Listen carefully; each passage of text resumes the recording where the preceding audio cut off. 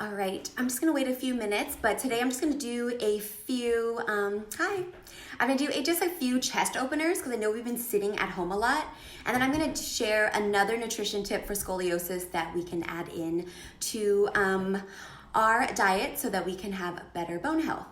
So I'll just wait a little bit. Viri, how was the workshop for you? I'm excited to hear how it was, and if you have any questions on that, definitely let me know as well. Okay. All right, so I know that we have been just kind of sitting a lot, but on top of just sitting a lot at our chairs, at our desk, at our couches, and I know I talk about this all the time.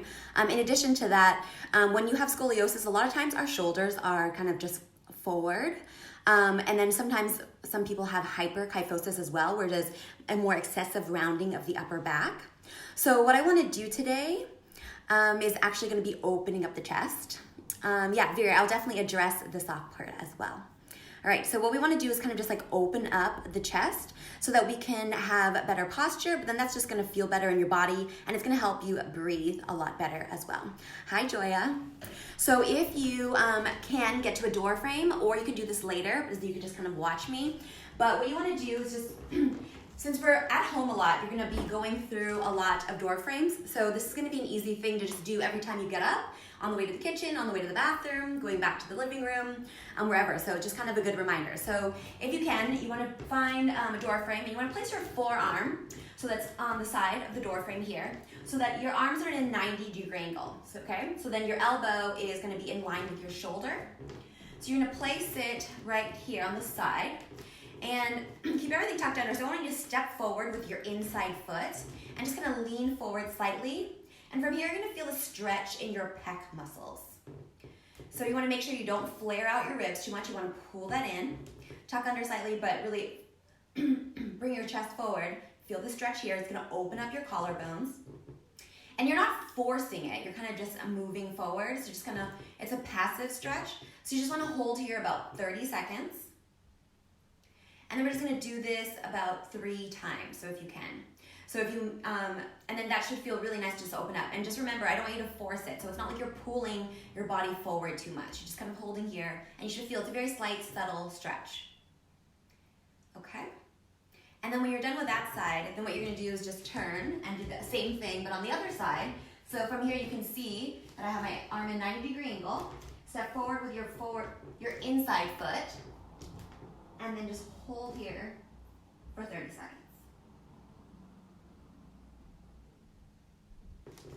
Okay, so those are easy things that you could just do, just kind of open up the chest. And one more thing, since you're at the door frame, if you're able to, I want you to reach up and just kind of hold on to the top if you can, but I want you to, even though your arms are up, I want you to drop your ribs down. And that's gonna open up your ribs. If you're not tall enough, so I'm not tall enough to really hold there, just go to the side and bring one arm up first. And again, you wanna make sure you're dropping the ribs. So what this is doing is kind of opening up your ribs, and it's opening up all those breathing parts. That's gonna help us with our breathing and help us get into that diaphragmatic breathing that I focus on so much. And by having mobile ribs, that's gonna help us have a mobile spine. So you're gonna do the same thing, just gonna hold there for 30 seconds, and then on the other side as well. And again, just make sure you drop your ribs, bring it down, but you wanna open everything up. So you're gonna feel that stretch in your ribs. You're gonna feel that stretch in your intercostal muscles, and those are all the muscles between your ribs. And that's gonna really help so that, especially with our scoliosis breathing, to kind of open up the side, the concave side. So for me, I have a right thoracic curve, so that means my curve goes over to the right on my upper to mid back. So when I bring my left arm up, that stretch feels really nice on my left ribs right there. So that's just gonna be really good to just kind of open up, just open up the ribs, open up the breathing parts. It's gonna help you with your breathing, help you get those deeper breaths in there, okay? So Joya, I'm glad that feels nice. Hi, Scoliosis Izzy, good to see you here. Okay, so just take your time with it. I'm not gonna hold the stretches today, but you can do that anytime you walk through a door frame. Just, if you're sitting at your desk watching TV for half an hour or whatever, just like get up and you could do that. and then just gonna do it throughout the day. It's gonna feel really nice. It's gonna help with your posture as well. But make sure you're not flaring your ribs out. And then for the ones with your arm up, just make sure you're dropping your ribs, okay? Awesome. If anyone has any questions from that, just let me know. Just wanna do a quick chest opener, stretching out your pecs. And I wanted to talk about a really important nutrient for bone health. So I have talked a lot about vitamin D, which that helps with calcium. It's with your immune system and everything. And then last week I talked about hydration because that's super important for your for the disc between your vertebrae and just in general for all body function, right?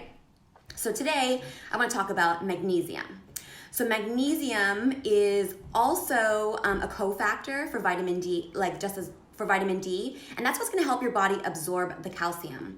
And then also vitamin D and calcium regulation. So that's going to be really important for your bone health, and then also for osteoporosis and everything as well. And for us with scoliosis, it's just important to focus on that bone health anyway. And then also half of the magnesium in your body is actually in your bones. So we want to make sure that we are not deficient in magnesium. And then, so for scoliosis sometimes, or scoliosis or not, sometimes you have those muscle spasms or muscle twitches. And a lot of times that is a sign of magnesium deficiency. So that's usually when you have higher levels of calcium to magnesium, but it's not usually because you don't have enough calcium. It's more just because you're deficient in magnesium. So what you want to do, so some good sources of magnesium for your body. So from food, you can get it from nuts. You can get them from some seeds. I'm a big fan of eating seeds. You can get it from leafy greens like spinach and kale and collard greens. You get it from avocado. And then also sometimes I supplement with this Natural Calm Magnesium. And this is just kind of a good one that's going to also help with stress.